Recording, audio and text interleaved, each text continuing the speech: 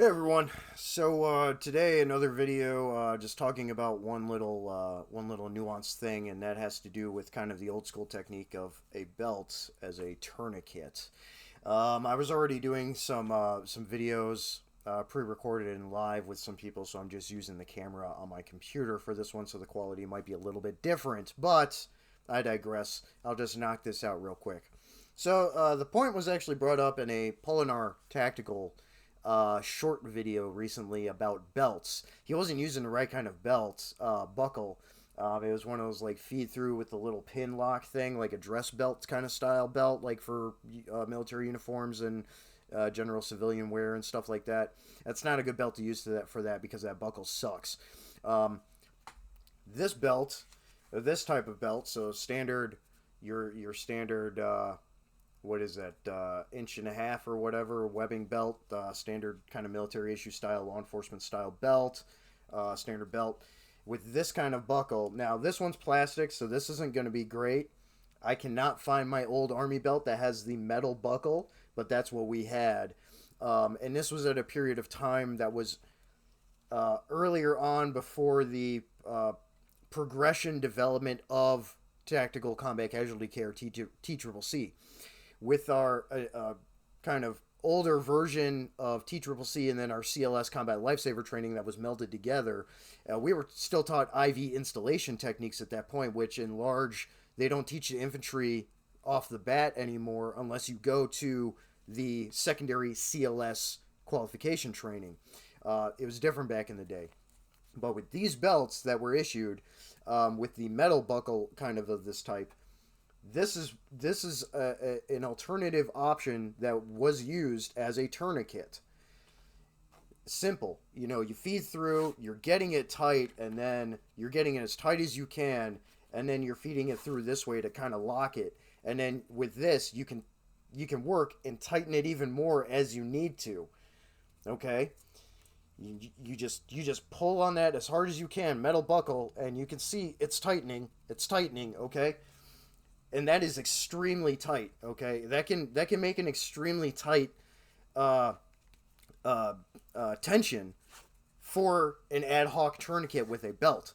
Now, is this optimal in any way? No, not at all. But it is an alternative option if you have the right buckle, because these plastic ones are not great and these might break on you. Okay, even if they are like more high strength, like ABS or whatever, they can still break on you. So metal buckle is best with this type of simple buckle. But these are not a great option. Tourniquets are obviously the best and better option for that. But in an ad hoc situation, and as it was back in the day when I was in the military and a lot of other people were in the military, this could be used.